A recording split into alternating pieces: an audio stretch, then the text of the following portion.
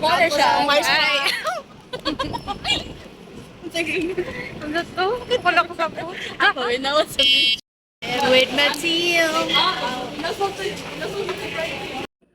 Hi everyone, this is Karina Villan. Dadalhin ko kayo sa aming paglalayag. Yes, naglalayag tayo ngayon. So, ito pala yung time na nagbibili kami ng mga gift for our mentors sa Science High National High School DM. So, happy and excited kasi this is my first time na magre-regalo sa teachers kasi I am not type of person talaga na magre-regalo.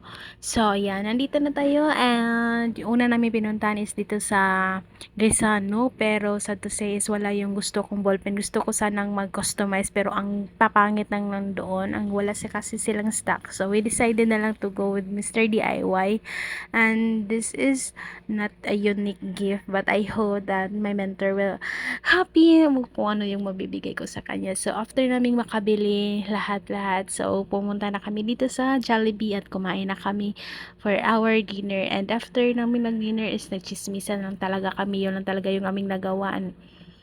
At least, nagawa namin yung aming goal for today kasi nakabili kami ng gift for our mentors. So, makikita nyo yung video nito sa aking ma-upload next.